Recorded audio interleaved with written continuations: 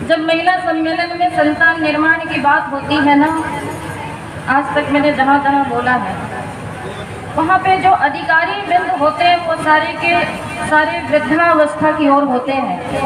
अब वो कहते हैं आचार्य जी हमारा जीवन तो बीत गया, हमने तो जो करना था वो कर लिया, लेकिन जो हमारी आने वाली जनरेशन है ना, हमारी जो बहुएं हैं, हमारी जो बेटियां हैं और भी जो रिलेशन में, वो इन चीज़ों को समझते नहीं। कैसे समझाएं, कैसे बताएं? तो मैं अक्सर उनसे कहा करती हूँ कि समझाने और बताने का एक सबसे अच्छा माध्यम होता है सत्संग। कई बार हम अच्छी बातें जब परिवार के अपने लोगों को अपने मुख से सुना रहे होते हैं ना, उसका कोई विशेष असर नहीं होता। उन्हें लगता है ये रोज की तरह आज भी प्रवचन ही कर रही है हमें। उनके हृदय तक वो वेदना नहीं पहुंच पाती जो वेदना आपके अंदर होती है, और यही कारण है कि वो आपकी विचारधारा से नहीं जुड़ पाते।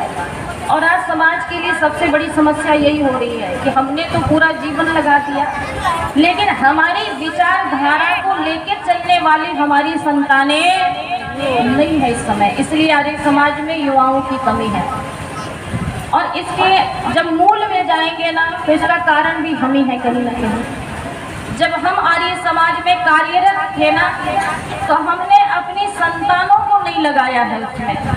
हमने अपनी संतानों को पूरी छूट दी कि तुम व्यवसाय करो, व्यापार करो, दुनिया के सारे काम करो।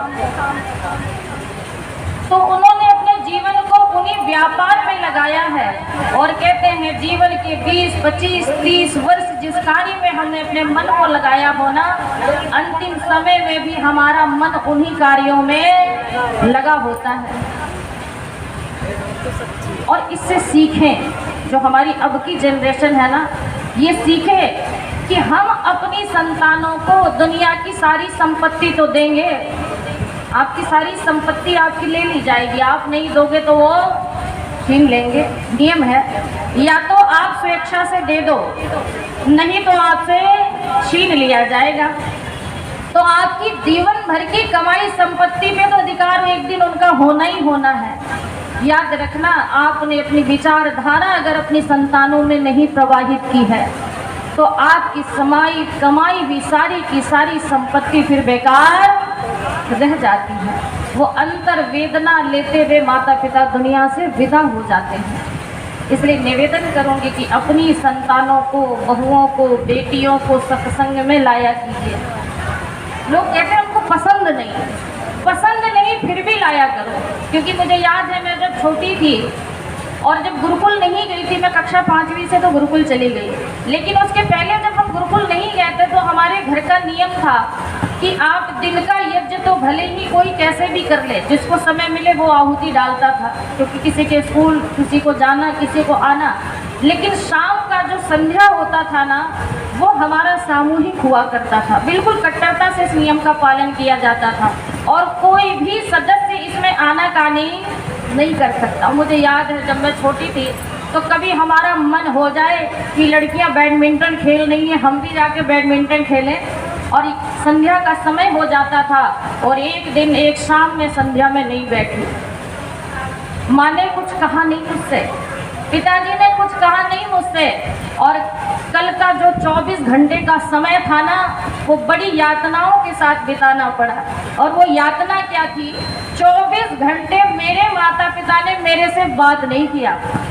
मैं बोलती रही पूरे समय, लेकिन उन्होंने मेरे से संवाद नहीं किया। और जब शाम का फिर समय हुआ संध्या का, संध्या में बैठे तो उन्होंने कहा कल आपने अपनी संध्या छोड़ी थी, इसलिए आपको दंड स्वरूप ये 24 घंटे दिए गए थे, और उस दिन से आज का दिन है। मेरी अग्निहोत्र भले छूट जाए, लेकिन मेरी संध्या प्रातः सायं की कभी छूटती नहीं है।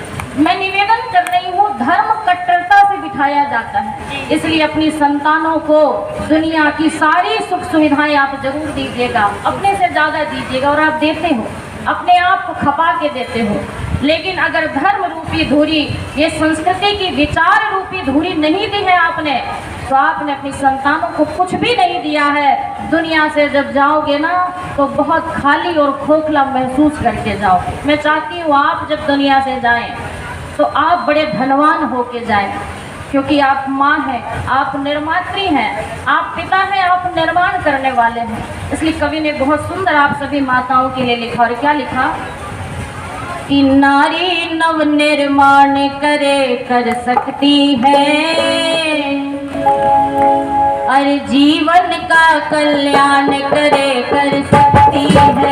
नारी नव निर्माण करे कर सकती है, जीवन का कल्याण करे कर सकती है। नारी नव निर्माण करे कर सकती है, जीवन का कल्याण करे कर सकती है। जीवन का कल्याण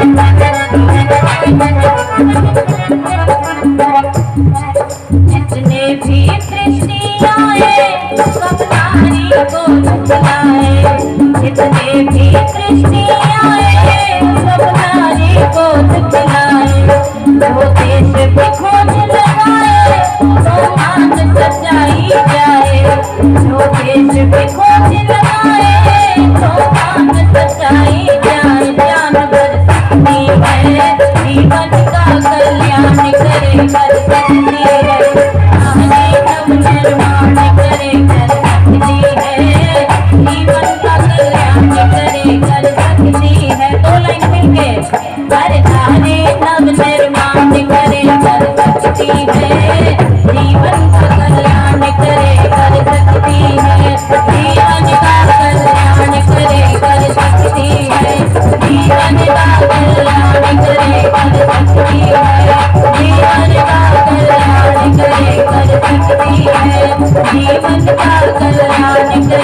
कर सकती है।